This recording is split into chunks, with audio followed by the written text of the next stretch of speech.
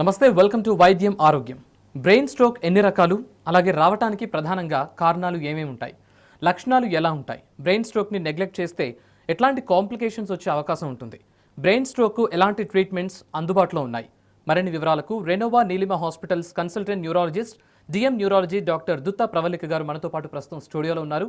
వారిని అడిగి మరిన్ని విషయాలు తెలుసుకుందాం. నమస్తే డాక్టర్, వెల్కమ్ టు వైద్యం ఆరోగ్యం. ముందుగా బ్రెయిన్ స్ట్రోక్ గురించి మాట్లాడుతున్నాం. అసలు బ్రెయిన్ స్ట్రోక్ అంటే ఏంటి, అది ఎందుకు వస్తుంది? బ్రెయిన్ స్ట్రోక్ అనేది పక్షవాతంగా కామన్గా అందరికీ తెలిసిందే అండి. ఇదివరకు బ్రెయిన్ స్ట్రోక్ వస్తే పేషెంట్ ఇంకా మంచం మరణం అయిపోవడము, పేషెంట్తో పాటు ఫ్యామిలీ మెంబర్స్ కూడా లైఫ్ లాంగ్ సఫర్ అవ్వడము ఇలాంటిది ఉండేది. కానీ ఇప్పుడు ఆధునికంగా చాలా ట్రీట్మెంట్స్ రావడం వల్ల ఈ పర్మనెంట్ డిజేబిలిటీ, బ్రెయిన్ స్ట్రోక్ వల్ల వచ్చే పర్మనెంట్ డిజేబిలిటీని అవాయిడ్ చేయొచ్చు మనం. ముఖ్యంగా బ్రెయిన్ స్ట్రోక్ అంటే ఏంటి? బ్రెయిన్ స్ట్రోక్ అంటే మనకి బ్రెయిన్కి సప్లై చేసే రక్తనాళంలో రక్తం గడ్డకట్టడం వలన మెదడుకు ఉండే రక్త కణాల్లో ప్రాబ్లం రావడం వలన, రక్త కణాలు చనిపోవడం వలన వచ్చే బ్రెయిన్ డ్యామేజ్ వలన వచ్చే సిమ్టమ్స్ని బ్రెయిన్ స్ట్రోక్ అంటామండి, పక్షవాతం అంటాము. ఓకే, ప్రధానంగా కారణాలు ఏమేమి ఉంటాయి? ప్రధానంగా మనం బ్రెయిన్ స్ట్రోక్ ముఖ్యంగా చూసుకుంటే ఇది రెండు రకాలండి. ఒకటి వచ్చేసి బ్రెయిన్కి సప్లై చేసే రక్త కణాల్లో రక్తం గడ్డకట్టడం వలన రావచ్చు. రెండోది రక్త కణాలు చిట్లించడం వలన రక్త ప్రసారం అవ్వడం వలన బ్రెయిన్ స్ట్రోక్ రావచ్చు. రెండు కారణాల వల్ల బ్రెయిన్ డ్యామేజ్ అయ్యే అవకాశం ఉంటుందండి. ఈ ఫస్ట్ టైప్ ఆఫ్ స్ట్రోక్ని ఇష్కిమిక్ స్ట్రోక్ అంటాము. సెకండ్ టైప్ ఆఫ్ స్ట్రోక్ ఏదైతే నేను చెప్పానో దాన్ని ఇంట్రాసెరెబ్రల్ హెమరేజ్ అంటాం. మనం కామన్గా చూసేది ఇష్కిమిక్ స్ట్రోక్ అండి. 80% ఆఫ్ మెంబర్స్లో ఇష్కిమిక్ స్ట్రోక్ కామన్గా కనిపిస్తుంది. మిగతా 20% ఆఫ్ మెంబర్స్లో ఇంట్రాసెరెబ్రల్ హెమరేజ్ అనేది ఉంటుంది. ఓకే, ఒకవేళ వస్తే కనుక దాన్ని ఎట్లా గుర్తించడం స్టార్టింగ్ స్టేజ్లో? దీనికి చాలా రకమైన సిమ్టమ్స్ ఉన్నాయండి. చాలామంది ఇది బ్రెయిన్ స్ట్రోక్ అనే లక్షణం అనేది చాలామంది గుర్తించలేరు. సో ముఖ్యంగా గమనించాల్సిన సిమ్టమ్స్ ఏంటి అంటే, brain stroke A part of the brain అయితే డ్యామేజ్ అవుతుందో ఆ పార్ట్కి పర్టికులర్ సిమ్టమ్స్ వస్తాయండి. ఒకటి anterior part of the brain, anterior circulation stroke అంటాము. అది ముందు భాగం ఉన్న బ్రెయిన్ డ్యామేజ్ అవ్వడం వల్ల వస్తుంది. రెండోది posterior part of the brain, అంటే వెనక భాగం ఉన్న బ్రెయిన్ డ్యామేజ్ అవ్వడం వల్ల కొన్ని సిమ్టమ్స్ ఉంటాయి. ముందు భాగం ఉన్న బ్రెయిన్ డ్యామేజ్ అవ్వడం వల్ల వచ్చే సిమ్టమ్స్ ఎలా ఉంటాయంటే, మూతి వంకరపోవడం కానీ, లేకపోతే కాలు చెయ్యి లేపలేకపోవడం కానీ, కాలు చెయ్యి చచ్చుపడడం కానీ, మాట నత్తి రావడం కానీ, అదే మాట తడబడడం కానీ, లేదా మాట ఆగిపోవడం, ఎఫేసియా అంటాం దీన్ని, మాట ఆగిపోవడం, మాట అర్థం చేసుకోలేకపోవడం, ఇవి యాంటీరియర్ సర్క్యులేషన్ స్ట్రోక్ సిమ్టమ్స్ అండి. ఇది చాలా కామన్గా చూసేది మనం. ఇవి అందరూ చాలామందికి వీటి గురించి అవగాహన ఉంటుంది. రెండో రకం ఏంటంటే పోస్టీరియర్ సర్క్యులేషన్ స్ట్రోక్. ఈ పోస్టీరియర్ సర్క్యులేషన్ స్ట్రోక్ సిమ్టమ్స్ చాలామంది గమనించలేకపోతూ ఉంటారు. అండ్ చాలామంది ఇది అసలు స్ట్రోక్ అనే సిమ్టమ్ అని అసలు గుర్తించలేరు. So posterior circulation stroke symptoms వచ్చేసి మనకి కళ్ళు తిరగడం, సడన్ ఆన్సెట్, ఏదన్నా సడన్గా మొదలయ్యేది, కళ్ళు తిరగడము, వాంతులు అవ్వడము, లేకపోతే సడన్గా ఒకవైపు చూపు మందగించడము కానీ, సడన్గా రెండు కనిపించడం, డబుల్ విజన్. లేదు అంటే కొంతమందిలో ఇట్లా ఒకవైపు తూలిపోయినట్టు, ఎటాక్సియా అంటాము, తాగిన వాళ్ళు తూలినట్టు ఒక సైడ్కి తోసేసినట్టు అవ్వడము, ఇలాంటివి కామన్గా గమనిస్తాం మనం. పోస్టీరియర్ సర్క్యులేషన్ స్ట్రోక్ సిమ్టమ్స్ అండి ఇవి. ఒకవేళ స్ట్రోక్ ఉంటే కనుక మనకు ఉందేమో తెలుసుకోవడానికి ఎట్లాంటి టెస్టులు చేసుకోవాల్సిన అవసరం ఉంటుంది? ఫస్ట్ వెంటనే ఇలాంటి సిమ్టమ్స్ ఎదురైనప్పుడు పేషెంట్స్ వెంటనే దగ్గరున్న స్ట్రోక్ స్పెషాలిటీ ఉన్న హాస్పిటల్లో అప్రోచ్ అవ్వాలండి. వెంటనే ప్రథమంగా చేసేది వైటల్స్ చెక్ చేస్తారు. బీపీ ఎలా ఉంది, షుగర్ ఎలా ఉంది, అదంతా చూసి ఎంఆర్ఐ స్కాన్ చేసుకోవాల్సి వస్తుందండి. సో ఒక్కొక్క 2 టైప్స్ ఆఫ్ స్ట్రోక్ చెప్పాను కదా. ఇష్కిమిక్ స్ట్రోక్ అయితే ఎంఆర్ఐ మేజర్గా చేయాలి, హెమరేజిక్ స్ట్రోక్ అయితే సిటీ స్కాన్ సరిపోతుంది. ఎంఆర్ఐలో కూడా చాలా రకాల సీక్వెన్సెస్ ఉంటాయి. మనకి హార్ట్కి యాంజియోగ్రామ్ ఎలా చేస్తామో బ్రెయిన్కి కూడా యాంజియోగ్రామ్ చేయాల్సి ఉంటుంది. ఓకే, అండ్ ఏజ్ గ్రూప్లో వచ్చే అవకాశం ఉంటుందండి ఇది? యూజువలీ అండి స్ట్రోక్ రావడానికి పలు రకాల రిస్క్ ఫ్యాక్టర్స్ ఉంటాయండి. నార్మల్గా కామన్గా చూసేది మనము 60 ఏళ్ళ వయసు పైబడిన వాళ్ళల్లో చూస్తాం. ఆ తర్వాత నుంచి రిస్క్ ఎవ్రీ ఇయర్ ఎక్కువ అవుతూ ఉంటుంది. అలా అని పెద్దవాళ్ళలోనే కాదు, ఇప్పుడు చిన్న వాళ్ళలో కూడా స్ట్రోక్ కనిపిస్తుంది. దానికి డిఫరెంట్ టైప్స్ ఆఫ్ రీజన్స్ ఉంటాయి, డిఫరెంట్ కాజెస్ ఉంటాయి. మెంటల్ స్ట్రెస్ ఉండటం వల్ల ఇట్లాంటి ప్రాబ్లమ్స్ ఎక్కువ వచ్చే అవకాశం ఉంటుందని చాలా మంది అనుకుంటూ ఉంటారు. అది అపోహ లేకపోతే నిజమేనా? Stress related causes usually stroke కన్నా హైపర్ టెన్షన్, స్లీప్లెస్నెస్, దానివల్ల హైపర్ టెన్షన్, ఈ రిస్క్ ఫ్యాక్టర్ ఎక్కువ అవడం వల్ల మళ్ళీ స్ట్రోక్ వచ్చే అవకాశం ఉండొచ్చండి. ఓకే. ఇతరత్ర ఆరోగ్య సమస్యలు ఉంటే కనుక, అంటే ఎక్కువ అనారోగ్య సమస్యలు ఎక్కువగా ఉంటే కనుక ఈ బ్రెయిన్ స్ట్రోక్స్ వచ్చే అవకాశం ఏమైనా ఉంటుందండి? ఉంటుందండి. ఇప్పుడు మనం స్ట్రోక్ రావడానికి చూసుకుంటే కొన్ని రిస్క్ ఫ్యాక్టర్స్ ఉంటాయి. వాటిని 2 టైప్స్ ఆఫ్ రిస్క్ ఫ్యాక్టర్స్ లాగా చూడొచ్చు మనము. ఒకటి మోడిఫైయబుల్ రిస్క్ ఫ్యాక్టర్స్, రెండోది నాన్ మోడిఫైయబుల్, అంటే సవరించదగినవి, సవరించలేనివి అన్నమాట. సవరించలేనివి ఏంటంటే మనిషి యొక్క ఏజ్, జెండర్. ఏజ్ 60 ఏళ్ళు పైపడితే రిస్క్ ఆటోమేటిక్గా ఉంటుంది. ఇంకొకటి జెండర్, ఆడవాళ్ళల్లో ఎక్కువ కామన్ అండి మగవాళ్ళలో కన్నా. కానీ ఇప్పుడు ఆల్మోస్ట్ రీసెర్చ్ డేటా చూస్తే ఇద్దరిలో ఈక్వల్గానే సంభవిస్తుంది స్ట్రోక్ అనేది. ఇదే కాకుండా జనుపరంగా వచ్చే కొన్ని కారణాల వల్ల కూడా స్ట్రోక్ రావచ్చు. కొంతమంది కొన్ని ఎథ్నిక్ బ్యాక్గ్రౌండ్స్ వాళ్ళలో కూడా స్ట్రోక్ రావచ్చు. మోడిఫైయబుల్ రిస్క్ ఫ్యాక్టర్స్ అంటే వీటిని సవరించదగచ్చు మనం, సో చేంజ్ చేసుకోవచ్చు వీటిని. అందులో మొదటిగా చూసుకుంటే ప్రథమంగా మనము రక్తపోటు, హైపర్ టెన్షన్, మధుమేహం, డయాబెటీస్, తర్వాత అధికంగా కొలెస్ట్రాల్ ఉండడం, డిస్లిపిడీమియా అంటారు. ఇవే కాకుండా ఎక్కువగా మద్యపానం, ధూమపానం, ఆల్కహాల్ ఎక్కువగా స్వీకరించే వాళ్ళు, smoking and obesity, sedentary life స్టైల్కి గురయ్యే వాళ్ళు, వీళ్ళల్లో ఎక్కువగా రిస్క్ ఆఫ్ స్ట్రోక్ ఉంటుంది. ఇవి కాకుండా ప్రీవియస్గా ఒకసారి స్ట్రోక్ వస్తే ఫర్దర్గా స్ట్రోక్ వచ్చే రిస్క్ ఎక్కువ ఉంటుంది. సో ప్రీవియస్గా స్ట్రోక్ వచ్చినా లేకపోతే కొంచెం సేపు వరకు స్ట్రోక్ సిమ్టమ్స్ వచ్చి వెళ్ళిపోవడం, దీన్ని టిఐఏ అంటారు. వీటి వలన కానీ, లేకపోతే మనకి మెడలో రక్తనాళాలు ఉంటాయి, వాటిలో గనక ఏదన్నా అడ్డు తగిలిన క్లాట్స్ ఫామ్ అయినా కూడా, లేకపోతే ఏదన్నా కార్డియాక్ ప్రాబ్లం, హార్ట్ డిజీజ్ ఉన్న వాళ్ళలో కూడా స్ట్రోక్ రిస్క్ ఎక్కువ ఉంటుందండి. Right ma'am. నెక్స్ట్ మీతో మాట్లాడడానికి శ్రవంతి ఫ్రమ్ ప్రకాశం లైన్లో ఉన్నారు. శ్రవంతి గారు, చెప్పండి సార్. సమస్య ఏంటో చెప్పండి అమ్మా. సార్, మా మామయ్యకి 6 months బ్యాక్ బ్రెయిన్ స్ట్రోక్ వచ్చింది sir. Okay.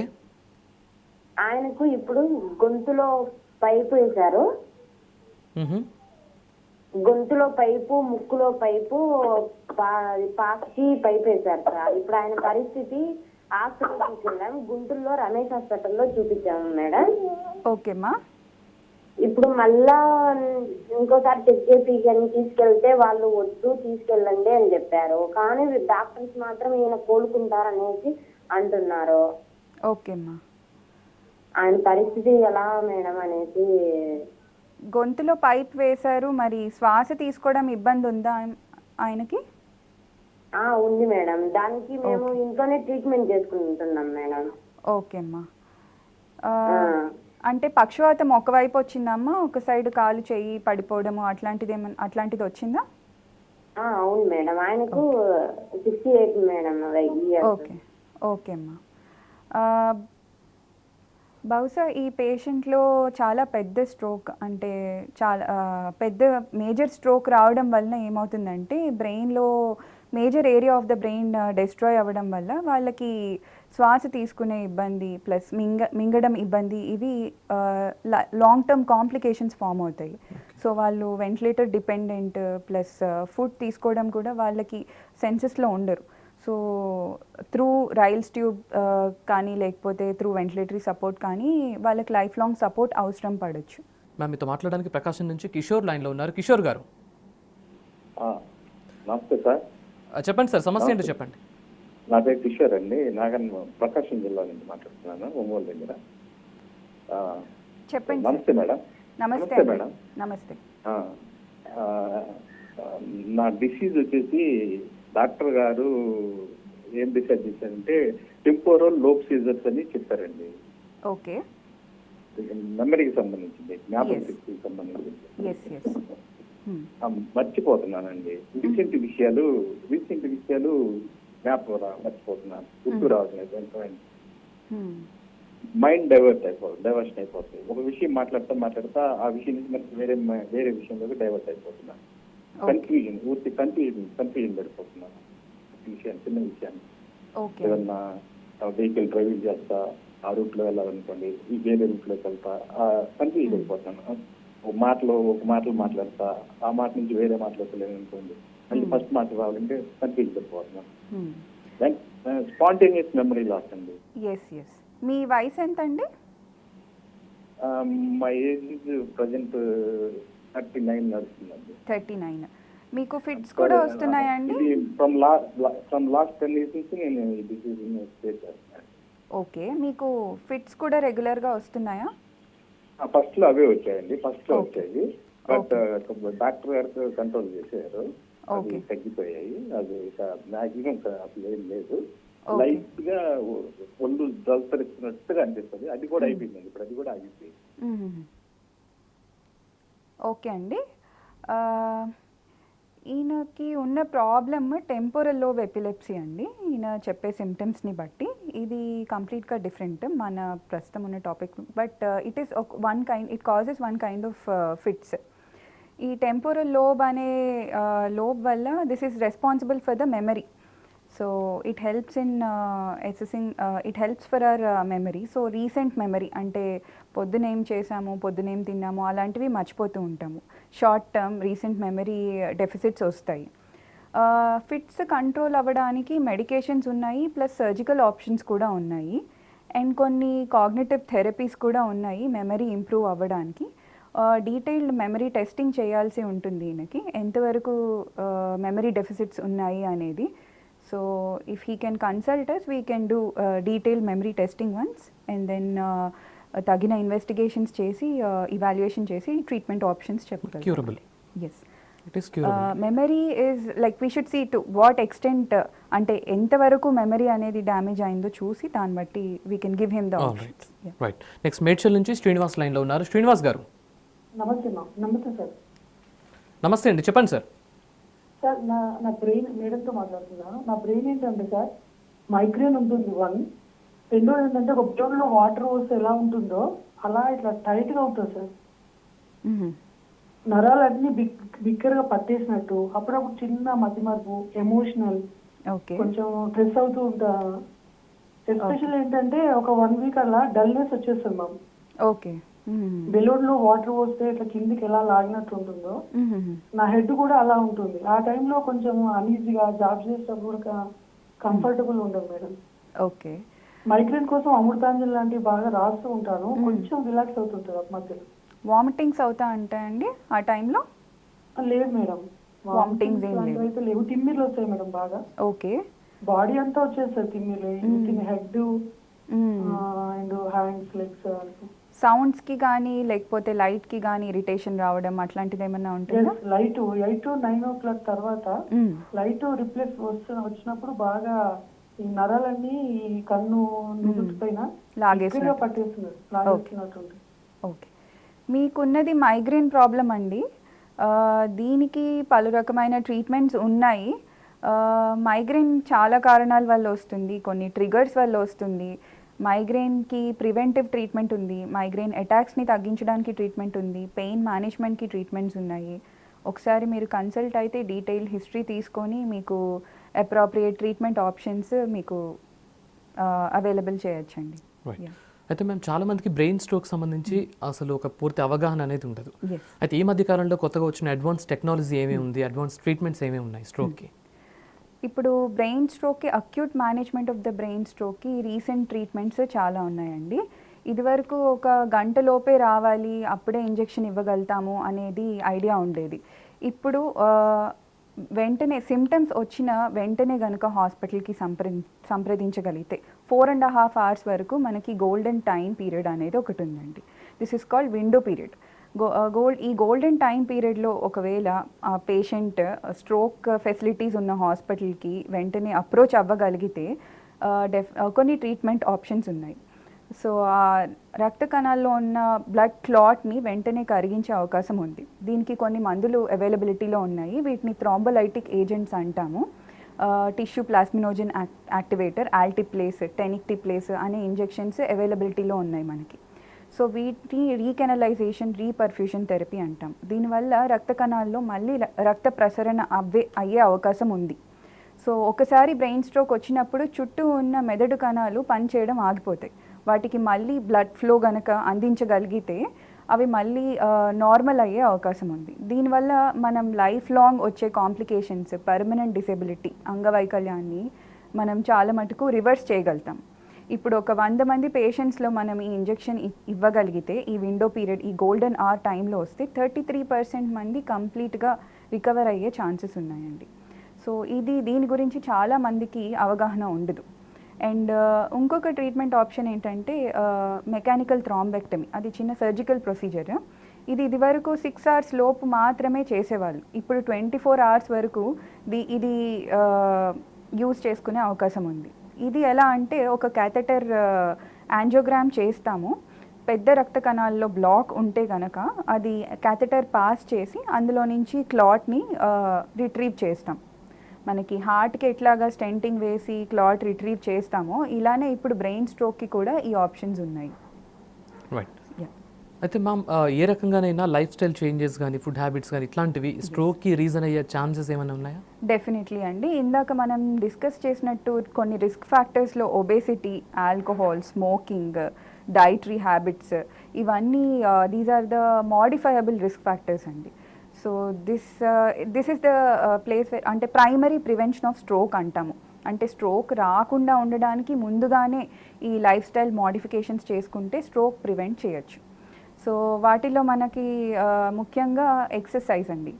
So at least 40 minutes of exercise at least 3 to 4 days in a week అనేది కంపల్సరీ చేయాల్సి ఉంటుంది. దీంతో పాటు డైట్ మోడిఫికేషన్స్, లో సాల్ట్ డైట్, లో సోడియం డైట్, ఇవి ఫాలో అవ్వాల్సి ఉంటుంది. అండ్ ఆల్కహాల్, ధూమపానం, మద్యపానం ఇవన్నీ కంప్లీట్గా స్టాప్ చేయాల్సి ఉంటుంది. And diabetes and hyper tension control.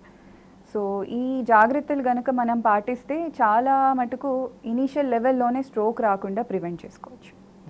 And once stroke వచ్చాక తర్వాత కొన్ని ప్రివెంటివ్ ట్రీట్మెంట్స్ అది అవైలబిలిటీ ఉన్నాయి. హార్ట్ స్ట్రోక్కి బ్రెయిన్ స్ట్రోక్ అనేది ఎంతవరకు డిఫరెంట్? అంటే చాలామంది భయపడుతూ ఉంటారు, హార్ట్ స్ట్రోక్ వచ్చిన వాళ్ళకి బ్రెయిన్ స్ట్రోక్ వచ్చే ఛాన్సెస్ ఏమన్నా ఉంటాయా అని అనుకుంటుంటారు. ఎంతవరకు ఛాన్సెస్ ఉంటాయి? సో డెఫినెట్గా అండి, హార్ట్ స్ట్రోక్ వల్ల కూడా బ్రెయిన్ స్ట్రోక్ రిస్క్ ఎక్కువ ఉంటుందండి.